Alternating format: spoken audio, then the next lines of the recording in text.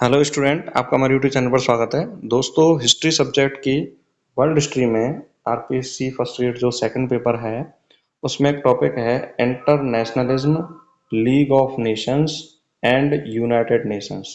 इस टॉपिक के बारे में बात करेंगे। तो जो भी स्टूडेंट आरपीएससी फर्स्ट ईयर जो हिस्ट्री विषय से तैयारी कर रहे हैं, इस चैनल को जरूर सब्सक्राइब करें और इस क्लास को पूरी देखना। आपको थोड़े से समय में पूरा जो टॉपिक है वो अच्छे से क्लियर समझ में आएगा। कुछ क्लासेस हमने और भी ले रखी हैं फर्स्ट ईयर के जो हिस्ट्री सब्जेक्ट है उसके सिलेबस में, उन क्लासेस को जरूर देखिए। तो कम समय में आप एक बेहतरीन तैयारी कर सकते हो और निश्चित रूप से इन क्लासेस को देखने से आपको फायदा होगा। तो चलिए हम शुरुआत करते हैं। जो वर्ल्ड हिस्ट्री का टॉपिक है internationalism, league of Nations and United Nations, ये पीजी लेवल में दिया हुआ है आपके। तो उस हिसाब से हम इसको तैयारी करेंगे और थोड़ा सा अध्ययन करेंगे कि कहाँ से क्वेश्चन ज़्यादा पूछे जाते हैं। चलिए हम बात करते हैं सबसे पहले अंतर्राष्ट्रीयता, इंटरनेशनलिज्म क्या होती है। देखिए, इंटरनेशनल अंतर्राष्ट्रीयता की अगर हम अर्थ एवं परिभाषा के बारे में बात करें, अंतर्राष्ट्रीयता एक ऐसी अवधारणा है जिसमें विश्व के सभी राष्ट्रों को एकजुट कर, यानी जितने भी देश हैं सबको एकजुट किया जाए, शांति, सहयोग, मानवता, समानता को बढ़ावा देने की बात की जाती है। देखिए, अब जैसे हम वर्तमान में देखते हैं तो सभी लोग अपने देश की बात करते हैं। भारत है, पाकिस्तान है, बांग्लादेश है, भूटान है, म्यांमार है, रशिया है, अमेरिका है, सब देश की बात करते हैं। लेकिन अंतर्राष्ट्रीयता क्या कहती है कि भाई आप देशों में मत बंटो, आप एक पूरी जो वसुधैव कुटुंबकम की अवधारणा उसको मानो कि भाई पूरी पृथ्वी हमारा क्या है, देश है, कुटुंब है, और मिलजुल कर शांति से रहो, एक दूसरे का सहयोग करो, मानवता को बढ़ावा दो और समानता को भी क्या दो, बढ़ावा दो। यह विचार राष्ट्रवाद के बिल्कुल विपरीत है। राष्ट्रवाद क्या कहता है? राष्ट्रवाद कहता है कि हम अपने देश के लिए जीते हैं, देश से प्रेम करते हैं। लेकिन अंतर्राष्ट्रीयता क्या कहती है कि वह सभी देश एकजुट रहे हैं। जहां राष्ट्रवाद केवल अपने देश की उन्नति की बात करता है, वहीं अंतर्राष्ट्रीयता पूरे विश्व को एक परिवार मानकर कार्य करने की क्या करती है, बात करती है। तो अंतर्राष्ट्रीयता क्या है? पूरे विश्व को एक परिवार मानती है। और राष्ट्रवाद क्या है? एक देश की उन्नति के लिए राष्ट्रवाद क्या करता है, कार्य करता है। अगर हम शॉर्ट एंड स्वीट समझना चाहें, अंतर्राष्ट्रीयता एक ऐसी विचारधारा है जिसमें राष्ट्रों के बीच सहयोग, शांति और सह अस्तित्व को प्राथमिकता दी जाती है। यानी सभी देशों के बीच एक दूसरे का सहयोग करना, शांति से रहना और एक दूसरे का सह अस्तित्व रखना, यह अंतर्राष्ट्रीयता है। यह राष्ट्रवाद के विपरीत एक वैश्विक दृष्टिकोण को अपनाती है। राष्ट्रवाद के मैं अभी अभी बता रहा था आपको कि राष्ट्रवाद तो एक देश की उन्नति की बात करता है, जबकि अंतर्राष्ट्रीयता क्या कहती है कि पूरा जो विश्व है वह एक परिवार है। तो राष्ट्रवाद की है जो अंतर्राष्ट्रीयता की धारणा है वो किसके विपरीत है? राष्ट्रवाद के विपरीत है। इसकी जड़ें प्रथम विश्व युद्ध के बाद गहरी हुई, जब युद्ध की विभीषिका के बाद विश्व शांति की आवश्यकता महसूस हुई। देखिए, अंतर्राष्ट्रीयता का जो ख्याल है, ये विचारधारा कब आई? जब प्रथम विश्व युद्ध में बहुत सारे देशों में आपस में लड़ाई हुई और हानि होती है। अब हानि किसी के लिए लाभदायक तो होती नहीं है, नुकसानदायक होती है। तो अंतर्राष्ट्रीयता का विचार आया कि भाई आपस में लड़ना ही क्यों, सभी देश एक दूसरे के साथ मिलजुल कर रहें, शांति से रहें। लेकिन देखिए, वास्तविकता में ऐसा पॉसिबल नहीं है, पर फिर भी एक व्यवस्था की आवश्यकता तो महसूस होती है। तभी उस व्यवस्था के अंतर्गत आया राष्ट्रसंघ। राष्ट्रसंघ जब विफल हुआ तो फिर आया संयुक्त राष्ट्र संघ। तो कहीं न कहीं किसी विचारधारा का उदय होगा और वह जो विचारधारा उदय होगी आगे जाकर किसी न किसी परिणाम को तो लेकर आएगी।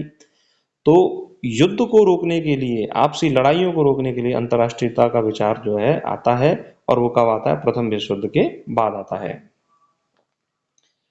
अंतर्राष्ट्रीयता का मुख्य उद्देश्य क्या है? भाई ये विचार आया तो इसका मुख्य उद्देश्य क्या है? राष्ट्रों के मध्य सहयोग को प्रोत्साहित करना, यानी कि जो देश हैं आपस में लड़ते हैं वो आपस में ना लड़कर एक दूसरे के साथ मिलजुल कर रहें, आपसी व्यापार करें और एक दूसरे की तरक्की पर ध्यान दें। ये पहला उद्देश्य है। युद्ध और संघर्ष की संभावना को कम करना। भाई अंतर्राष्ट्रीयता क्या कहती है? पूरा विश्व एक क्या है? परिवार है। जब पूरा विश्व परिवार है तो आपस में लड़ाई झगड़ा क्यों, संघर्ष क्यों करना? इन सभी संभावनाओं को क्या करना? कम करना। वैश्विक समस्याओं जैसे जलवायु परिवर्तन, मानवाधिकार, स्वास्थ्य आदि के लिए संयुक्त प्रयास करना। और यही कारण है कि विभिन्न जो संगठन विश्व में बने हुए हैं वो इन बातों पर ध्यान देते हैं और इन पर कार्रवाई करने की क्या करते हैं? कोशिश करते हैं। तो वैश्विक समस्याओं को सुलझाने में अंतर्राष्ट्रीयता का मुख्य उद्देश्य आता है।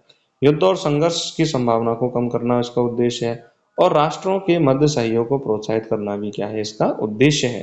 तो अंतर्राष्ट्रीयता कहीं न कहीं हमें एक दूसरे से मिलजुल कर रहने की क्या करती है, सीख देती है। ये जरूरी नहीं है कि भाई ये पूरी तरह से सत्य हो। वास्तविकता में ये कहीं पर मतलब कहीं कहीं पर जो है ये सत्य नहीं बैठती है। लेकिन फिर भी बहुत इस विचारधारा ने बहुत सारे देशों में आपसी सहयोग को बढ़ाया है, व्यापार को बढ़ाया है। पहले जहाँ दुश्मन देश हुआ करते थे वो आज व्यापार कर रहे हैं, और युद्ध की संभावनाओं को कहीं तक क्या किया है, कम किया है। तो मैं भी ये भी बता रहा था कि अंतर्राष्ट्रीयता जब प्रथम विश्व युद्ध होता है, तो उस प्रथम विश्व युद्ध के बाद लोगों को यह महसूस होता है कि भाई अगर आपस में लड़ेंगे तो दोनों ही देशों की या जितने भी देश हैं लड़ाई कर रहे हैं उनकी हानि होती है। अंतर्राष्ट्रीयता का विचार आता है, और उस विचार के परिणाम स्वरूप राष्ट्र संघ की क्या होती है, स्थापना होती है। तो पहला विश्व युद्ध कब होता है? 1914 से 18 की भयानक तबाही ने संपूर्ण विश्व को हिला दिया। युद्ध के पश्चात विश्व में शांति बनाए रखने के लिए एक ऐसी संस्था की आवश्यकता महसूस की गई जो राष्ट्रों के बीच विवादों को बातचीत से सुलझाए। तो यहाँ पर देखिए, राष्ट्र संघ की स्थापना इस उद्देश्य के साथ की जाती है कि भाई एक ऐसी संस्था बनाओ जब दो देशों में आपस में लड़ाई की संभावना बने तो वह बातचीत करे और उस लड़ाई को क्या करे, कम करे, और अंतर्राष्ट्रीयता की विचारधारा को वह क्या करे, वो आगे बढ़ाए। इसी के दौरान अमेरिकी राष्ट्रपति वुडरो विल्सन ने 14 सूत्रीय योजना 14 पॉइंट्स में इस संगठन की क्या की, परिकल्पना की। तो ये इंपॉर्टेंट पॉइंट है। किसने परिकल्पना की? अमेरिकी राष्ट्रपति वुडरो विल्सन ने 14 सूत्रीय योजना के अंतर्गत राष्ट्र संघ की स्थापना की क्या की थी, परिकल्पना की थी।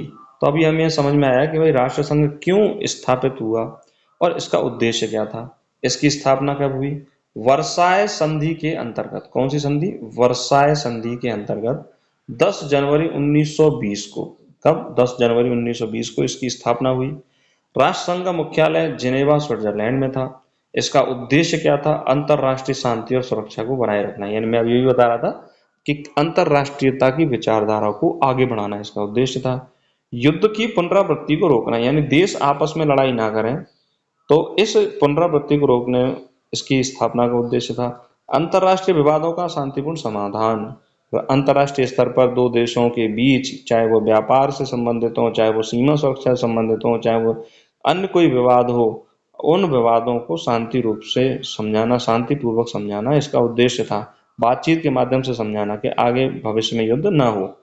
निशस्त्रीकरण को बढ़ावा देना, यानी कि दुनिया को यह समझाना कि भाई हम शस्त्रों के बनाने की होड़ के बजाय आपसी सहयोग पर बढ़ावा दें, एक दूसरे की उन्नति पर बढ़ावा दें, हम शस्त्रों को ना बनाएं। तो इस बात को बढ़ावा देना जो है इसका उद्देश्य था। ये बात अलग है कि ये जो उद्देश्य हैं, कुछ उद्देश्य ही सफल हो पाए। पूरे देश, यानी देशों ने, जो अलग अलग देश थे, उन्होंने शस्त्र बनाना कम नहीं किया, लेकिन इसका उद्देश्य तो यही था कि भाई अगर शस्त्र ना होंगे तो लड़ाई भी क्या होगी, कम होगी। अगर हम बात करें संयुक्त राष्ट्र संघ की संरचना के बारे में, तो संयुक्त राष्ट्र संघ के 4 प्रमुख भाग थे। पहला है सामान्य सभा, जिसे असेंबली कहा जाता है। सभी सदस्य देशों के प्रतिनिधियों की यहाँ पर क्या होती थी, बैठक होती थी। जितने भी सदस्य देश थे उन सभी प्रतिनिधियों की यहाँ पे क्या होती थी, बैठक होती थी असेंबली में। दूसरी थी कार्यकारी परिषद, ये स्थायी थी और अस्थायी सदस्य दोनों इसमें मिलते थे। और तीसरे थे स्थायी सचिवालय, परमानेंट सेक्रेटेरिएट। संगठन के प्रशासनिक कार्यों को करने का काम कौन करता था? स्थायी सचिवालय। और चौथा था अंतर्राष्ट्रीय न्यायालय। इसका मुख्यालय कहाँ था? हेग में था। इसका मुख्यालय कहाँ था? हेग में था। वर्तमान में भी अंतर्राष्ट्रीय न्यायालय का जो मुख्यालय है वो कहाँ पर है? हेग में ही है। तो संयुक्त राष्ट्र की संरचना में 4 भाग थे: सामान्य सभा, कार्यकारी परिषद, स्थायी सचिवालय, अंतर्राष्ट्रीय न्यायालय। इनके अलग अलग काम थे। सामान्य सभा में सभी देश मिलकर बैठक करते थे, विचार विमर्श करते थे। कार्यकारी परिषद में जो काम करने स्थायी और अस्थायी सदस्य थे। स्थायी सचिवालय में प्रशासनिक कार्य किए जाते थे, और अंतर्राष्ट्रीय न्यायालय में अंतर्राष्ट्रीय कोई विवाद होता था तो उसको निपटाया जाता था। राष्ट्र संघ की जो स्थापना हुई उसके बाद राष्ट्र संघ ने कुछ उपलब्धियां भी हासिल की, जैसे सीमित सीमा विवादों का समाधान किया। यानी जैसे दो देश हैं, उनके बीच आपस में सीमा को लेकर कोई विवाद है तो उनका समाधान राष्ट्र संघ ने किया। किस किस के बीच? ग्रीस और बुल्गारिया का विवाद राष्ट्र संघ ने निपटाया। स्वीडन और फिनलैंड के बीच जो सीमा विवाद था उसका सुलझावाया, यानी जो मध्यस्थता है वो राष्ट्र संघ ने की। तो ये इसकी उपलब्धियों में गिना जाता है। शरणार्थियों के पुनर्वास में योगदान। देखिए, जो शरणार्थी थे, दूसरे देशों से किसी देश में आए थे या युद्ध विभीषिका के बाद जो देश के जो लोग हैं वो शरणार्थी बनकर रह गए थे, उनके लिए निवास की व्यवस्था करने में, उनके पुनर्वास में राष्ट्र संघ ने क्या किया, सहयोग किया। तो ये भी इसकी उपलब्धि है। बाल श्रम निषेध का विरोध किया, यानी बाल श्रम जो निषेध है, बच्चों के जो श्रम का करवाया जाता था विश्व में, उसका क्या किया, विरोध किया। मानव तस्करी पर रोक लगाने में कई हद तक सफल हुए। नशीले पदार्थों के खिलाफ कानून बनाने में यह सफल होता है। राष्ट्र संघ तो ऐसा नहीं है कि राष्ट्र संघ हमेशा विफल ही हुआ, बहुत हद तक वो क्या है, सफल भी रहा। बाल श्रम निषेध में, मानव तस्करी में, नशीले पदार्थों के विरुद्ध इन्होंने राष्ट्र संघ में क्या बनाए, कानून बनाए। अब राष्ट्र संघ इतना ही सफल था तो फिर ये खत्म क्यों हो गया? खत्म होने का एक कारण था उसकी असफलताएं। असफलताएं क्या थी? पहली असफलता थी कि अमेरिका इसका क्या नहीं, सदस्य नहीं था। यानी जब राष्ट्र संघ की स्थापना हुई प्रथम विश्व युद्ध के बाद, तो अमेरिका ने इसकी सदस्यता को ग्रहण नहीं किया। इसके पास अपना कोई सैन्य बल नहीं था, जिसके कारण ये युद्धों को रोकने में भी क्या रहा, असफल रहा। इटली का इथोपिया पर हमला और जापान का मंचूरिया पर कब्जा हुआ, तो राष्ट्र संघ जो है इसमें कुछ भी नहीं कर सका। कुछ भी ना करने का कारण कि भाई इसने बातचीत की कोशिश भी की होगी, तो इन्होंने देशों ने मानने से इनकार कर दिया। और दूसरा ये है कि इसके पास खुद की सेना नहीं थी, तो ये जो बल है अपने सशस्त्र बलों के माध्यम से उस युद्ध को नहीं रोक पाया, तो यहाँ पर भी क्या हो गया, असफल हो गया। और राष्ट्र संघ की प्रमुख असफलता थी द्वितीय विश्व युद्ध को रोकने में, ये क्या रहा, विफल रहा। तो ये राष्ट्र संघ की क्या रही, असफलताएं रही, और इसके कारण राष्ट्र संघ जो है वो विश्व में क्या हो गया, फेल हो गया। तो आपसे पूछा जाए कि भाई राष्ट्र संघ की असफलता का कारण क्या है? अमेरिका इसका सदस्य नहीं बना, इसके पास कोई सैन्य बल नहीं था, इटली का इथोपिया पर हमला होता है, जापान का मंचूरिया पर कब्जा होता है, तो राष्ट्र संघ उसमें क्या हो जाता है, फेल हो जाता है। और द्वितीय विश्व युद्ध को रोकने में क्या रहा, असफल रहा राष्ट्र संघ। राष्ट्र संघ का अंत और विघटन कैसे होता है? द्वितीय विश्व युद्ध होता है 1939 से 1945 के दौरान। इसकी प्रभावहीनता स्पष्ट हो जाती है। यानी जब द्वितीय विश्व युद्ध हुआ, तो ये दुनिया को पता चल गया कि राष्ट्र संघ जो संस्था बनी है, ये कोरी संस्था है, इसका कोई प्रभाव इस विश्व में नहीं है। कुछ देश इसकी बात मानते हैं, तो कुछ देश इसकी बात नहीं मानते, और उसी का परिणाम था द्वितीय विश्व युद्ध का होना। द्वितीय विश्व युद्ध के बाद इसकी जगह संयुक्त राष्ट्र संघ ने ली। यानी अब राष्ट्र संघ संस्था को समाप्त किया जाएगा और एक नई संस्था विश्व स्तर पर आएगी, यूएनओ, संयुक्त राष्ट्र संघ। और 1946 में इसे आधिकारिक रूप से क्या कर दिया गया, समाप्त कर दिया गया। तो राष्ट्र संघ को कब समाप्त किया गया? 1946 में आधिकारिक रूप से राष्ट्र संघ को क्या कर दिया जाता है, समाप्त कर दिया जाता है। नेक्स्ट हम बात करें संयुक्त राष्ट्र संघ की, यूनाइटेड नेशंस ऑर्गेनाइजेशन। अब मैंने अभी बताया था कि जब द्वितीय विश्व युद्ध होता है, तो द्वितीय विश्व युद्ध के बाद राष्ट्र संघ के स्थान पर कौन सा एक नया संघ आता है? संयुक्त राष्ट्र संघ। द्वितीय विश्व युद्ध की विभीषिका के बाद अंतरराष्ट्रीय स्तर पर एक अधिक प्रभावशाली और संगठित संस्था की आवश्यकता पड़ती है। कि भाई ऐसे नहीं है राष्ट्र संघ केवल केवल बातचीत के माध्यम से ही रोकें, बातचीत तो कोई मानता है नहीं मानता है, तो एक ऐसी संस्था बनाओ जो प्रभावशाली हो, उसकी बात देश माने। तो ऐसी संस्था बनाने के विचार आया, और ऐसी संस्था के रूप में बनती है यूनाइटेड नेशन ऑर्गेनाइजेशन। अगस्त 1941 में अमेरिकी राष्ट्रपति फ्रैंकलिन डी रूजवेल्ट और ब्रिटिश प्रधानमंत्री मंत्री विंस्टन चर्चिल ने अटलांटिक घोषणा पत्र पर हस्ताक्षर किए, जो यूएनओ की नींव बना। तो आपसे पूछा जा सकता है कि अटलांटिक घोषणा पत्र पर हस्ताक्षर कब किए गए? अगस्त 1941 में। किसने किए? फ्रैंकलिन डी रूजवेल्ट ने, अमेरिका के राष्ट्रपति, और विंस्टन चर्चिल ने, ब्रिटेन के प्रधानमंत्री ने इस पर साइन किए। और इसी अटलांटिक घोषणा पत्र के बाद यूएनओ की क्या होती है, स्थापना होती है। इसकी स्थापना कब होती है? 24 अक्टूबर 1945 को। इसका मुख्यालय कहाँ पर है? न्यूयॉर्क, अमेरिका में है। संयुक्त राष्ट्र संघ का मुख्यालय कहाँ पर है? न्यूयॉर्क, अमेरिका में। इसका उद्देश्य क्या है? अंतर्राष्ट्रीय शांति को बढ़ावा देना, यानी एक दूसरे जो देश हैं आपस में न लड़ें, सुरक्षा की स्थापना करना, मानवाधिकारों की रक्षा करना, यानी मानव ने जो जन्म लिया उसके जो मूल अधिकार हैं उनकी रक्षा करना भी इसका उद्देश्य है, सहयोग और विकास को बढ़ावा देना। संयुक्त राष्ट्र चार्टर पर, यूएनओ चार्टर पर 50 देशों ने 26 जून 1945 को, कब? 26 जून 1945 को हस्ताक्षर किए। यह चार्टर 24 अक्टूबर 1945 से प्रभाव में आया, जिसे अब संयुक्त राष्ट्र दिवस के रूप में मनाते हैं। तो 24 अक्टूबर को क्या मनाया जाता है? संयुक्त राष्ट्र दिवस मनाया जाता है। क्यों मनाया जाता है? क्योंकि 24 अक्टूबर को संयुक्त राष्ट्र दिवस इसलिए मनाते हैं क्योंकि इसकी स्थापना 1945 में 24 अक्टूबर को हुई। इसकी सदस्यता के बारे में बात करें तो प्रारंभ में यूएनओ के जो सदस्य देश थे वो कितने थे? 51। और वर्तमान में यूएनओ के जो सदस्य देश हैं, आज भी जब हम इस क्लास को ले रहे हैं इस समय भी 193 देश इसमें उपस्थित हैं। अब हम बात करते हैं संयुक्त राष्ट्र संघ का मुख्य उद्देश्य क्या है? अंतरराष्ट्रीय शांति और सहयोग को बढ़ावा देना, सुरक्षा को बनाए रखना, यानी देश आपस में ना लड़ें। इसके लिए इन्होंने खुद के सशस्त्र बल भी क्या है रखे हैं। सभी देश अपनी सेनाओं की कुछ टुकड़ियां वहां पर रखते हैं और यूएनओ के रूप में, यूएनओ सेना के शांति सेना के रूप में वो क्या करते हैं? काम करते हैं। दो देशों के बीच मैत्रीपूर्ण संबंधों को क्या करना? बढ़ावा देना। यानी अलग अलग देश हैं उनके बीच मैत्रीपूर्ण संबंधों को बढ़ावा देता है यूएनओ, जिससे कि विश्व युद्ध की संभावना को खत्म किया जा सके। तीसरा है आर्थिक और सामाजिक और मानवीय समस्याओं को हल करना। यानी जो भी आर्थिक समस्याएं हैं, सामाजिक समस्याएं हैं, मानवीय समस्याएं हैं, उनको हल करने में कौन काम आता है? संयुक्त राष्ट्र संघ क्या करता है? कार्य करता है। मानवाधिकारों की रक्षा करना संयुक्त राष्ट्र संघ का एक अन्य कार्य भी है। मानव के जो अधिकार हैं वैश्विक स्तर पर उनकी रक्षा करना भी यूएनओ का एक मुख्य कार्य है। अब हम बात करें संयुक्त राष्ट्र संघ के मुख्य अंग कौन कौन से हैं। पहला मुख्य अंग है सुरक्षा परिषद, सिक्योरिटी काउंसिल। सिक्योरिटी काउंसिल के 15 सदस्य होते हैं। कितने सदस्य होते हैं? 15।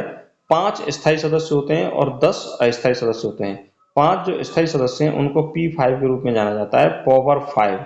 वो स्थायी सदस्य कौन कौन से हैं? अमेरिका, रूस, ब्रिटेन, फ्रांस, चीन। ये भी पूछा जा सकता है क्वेश्चन में, निम्न में से संयुक्त राष्ट्र संघ का स्थायी सदस्य कौन सा नहीं है?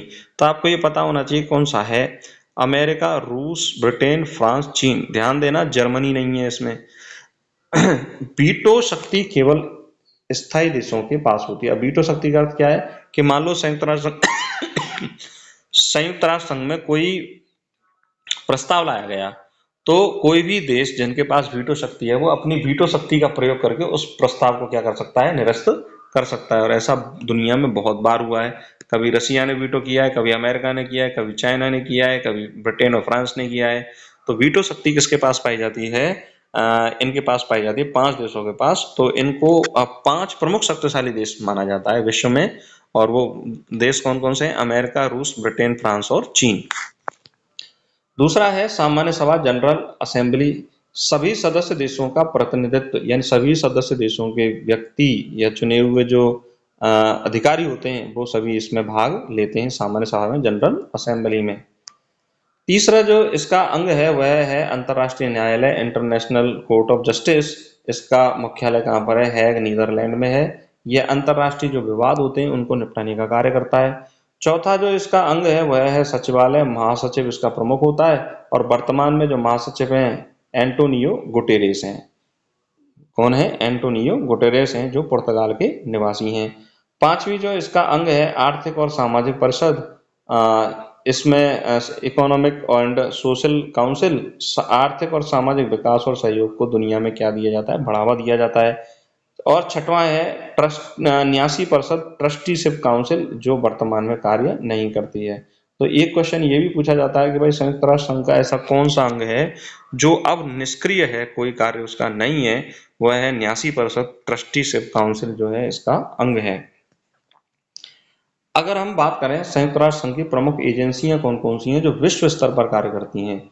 कौन सी हैं? यूएनओ, विश्व स्वास्थ्य संगठन, जो स्वास्थ्य के रूप में विश्व स्तर पर कार्य करती है। यूनेस्को, शिक्षा, विज्ञान और संस्कृति की संरक्षण के लिए विश्व स्तर पर कार्य करती है।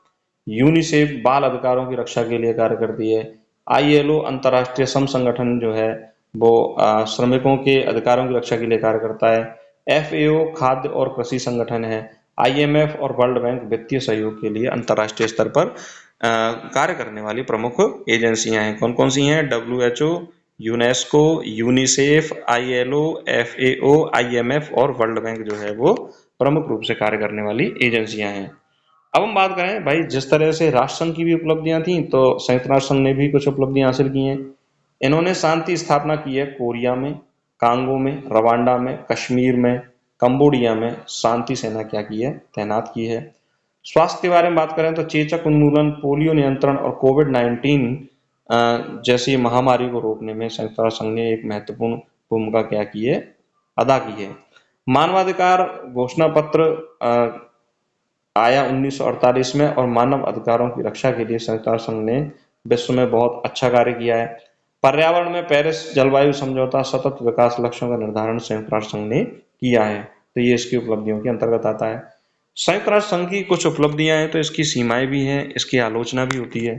सुरक्षा परिषद में वीटो को क्या किया जाता है, दुरुपयोग किया जाता है। तो ये मांग उठती है कि भाई और देशों को भी वीटो दी जाए। कुछ जो चुनिंदा देश हैं वो अपनी वीटो का उपयोग करके अपनी शक्तियों का क्या करते हैं, दुरुपयोग करते हैं। विकासशील देशों की भागीदारी इसमें क्या है, कम हुई है। विकासशील देशों की भागीदारी क्या रही है, इसमें कम रही है। वीटो पावर और कुछ जो विकसित देश हैं उनकी भागीदारी प्रभुत्व जो है संयुक्त राष्ट्र संघ में क्या है, ज्यादा है। अमेरिका का अत्यधिक प्रभाव है। देखिए, राष्ट्र संघ में अमेरिका सदस्य नहीं था, और वर्तमान में यूएनओ में जो सबसे ज्यादा प्रभाव किसी देश का है तो वो किसका है, अमेरिका का है। कई युद्धों को रोकने में असमर्थ रहा है संयुक्त राष्ट्र संघ, जैसे इराक का युद्ध है, उसमें संयुक्त राष्ट्र संघ ने कोई भी भूमिका नहीं निभाई। तो इराक का युद्ध भी लड़ा किसने था, अमेरिका ने। और प्रभाव किस पर सबसे यूएनओ पर सबसे ज्यादा किसका है, अमेरिका का। तो यही कारण है कि वह इस युद्ध को नहीं रोक पाया। आगे हम बात करें यूएनओ की विस्तृत भूमिका के बारे में बात करें, तो शांति स्थापना में योगदान दिया है यूएनओ ने। ब्लू हेलमेट क्या है, संयुक्त राष्ट्र की शांति सेना जो विभिन्न संघर्ष क्षेत्रों में भेजी जाती है, उसे हम क्या बोलते हैं, ब्लू हेलमेट के नाम से जानते हैं।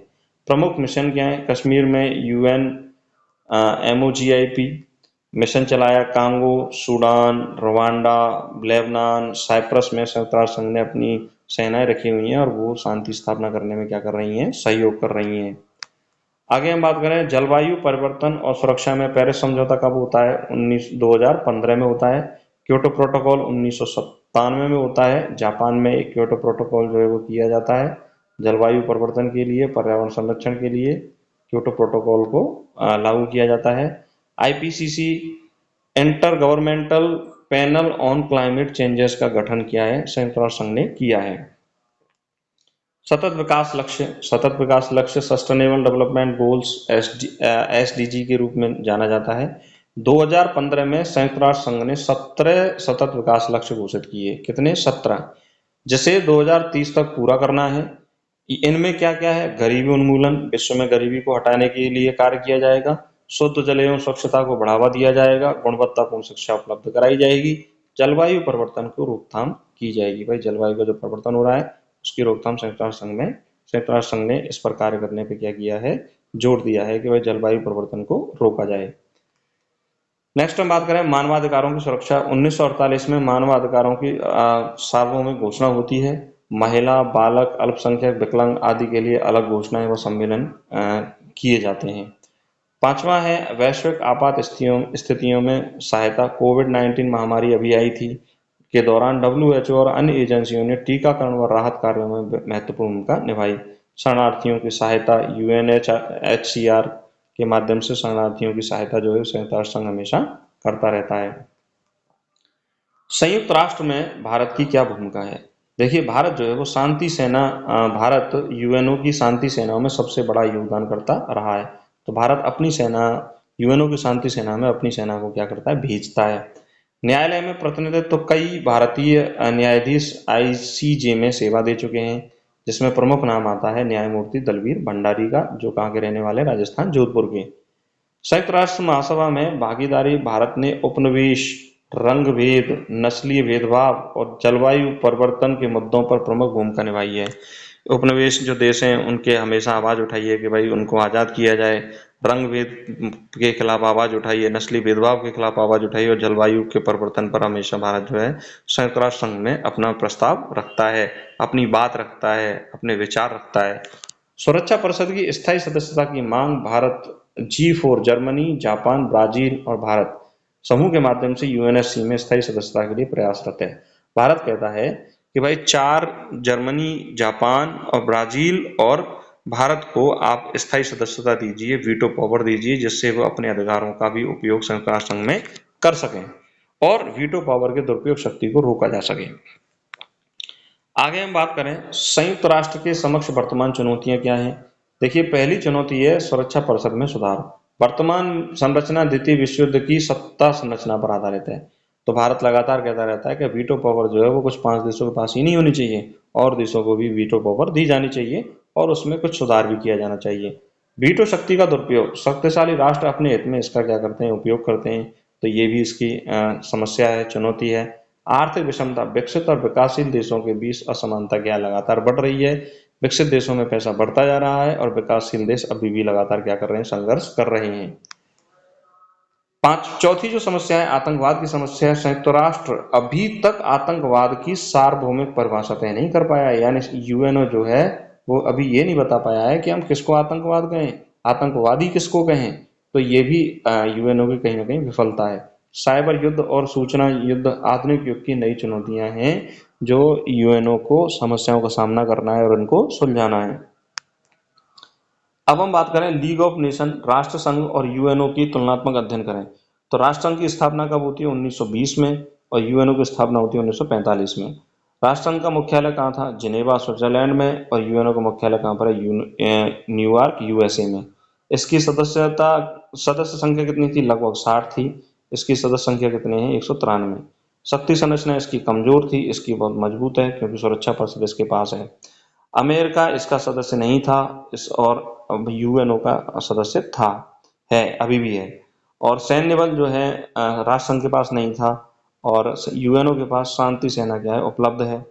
असफलताएं क्या है, वर्ल्ड वार सेकंड को रोकने में असफल रहा, और यूएनओ भी कुछ युद्धों को रोकने में विश्व में असफल रहा है, जैसे यूक्रेन और रशिया का युद्ध है, इराक का युद्ध है, और कई सारे देश आपस में लड़ाई करते हैं, उनको भी यूएन कई बार रोकने में असफल रहा है। इसकी उपलब्धियां सीमित हैं और इसकी उपलब्धियां अधिक हैं, थोड़ी राष्ट्र संघ से क्या है, ज्यादा है, लेकिन अभी भी इसमें सुधार की क्या है, आवश्यकता है। चलिए निष्कर्ष के रूप में बात करते हैं। अंतर्राष्ट्रीयता एक ऐसी भावना है जो संपूर्ण मानवता के कल्याण को प्राथमिकता देती है। तो अंतर्राष्ट्रीयता तो एक अच्छी बात है, लेकिन वर्तमान में बहुत कम लोग इसको, या बहुत कम देश जो इसको फॉलो करते हैं। राष्ट्र संघ की असफलता से सबक लेकर संयुक्त राष्ट्र संघ का गठन किया गया, जिसने अब तक विश्व में अपेक्षाकृत बेहतर कार्य किया है। हालांकि वर्तमान में भी कई सुधारों की आवश्यकता है, विशेषकर सुरक्षा परिषद की संरचना में परिवर्तन, विकासशील देशों की भागीदारी को बढ़ाना। ये यूएनओ में विकासशील देशों की भागीदारी बढ़नी चाहिए, विकसित देशों की भागीदारी को नियंत्रित किया जाना चाहिए। अब हम देखिए निष्कर्षात्मक मूल्यांकन यदि हम इस चैप्टर का करें तो अंतर्राष्ट्रीयता आधुनिक वैश्विक समाज की नींव है, यानी वर्तमान की सोच है अंतर्राष्ट्रीयता, जिसके तहत राष्ट्र मिलकर वैश्विक समस्याओं को निपटने की क्या करते हैं, कोशिश करते हैं। राष्ट्र संघ ने शुरुआत की परंतु यह प्रभावहीन सिद्ध हुआ।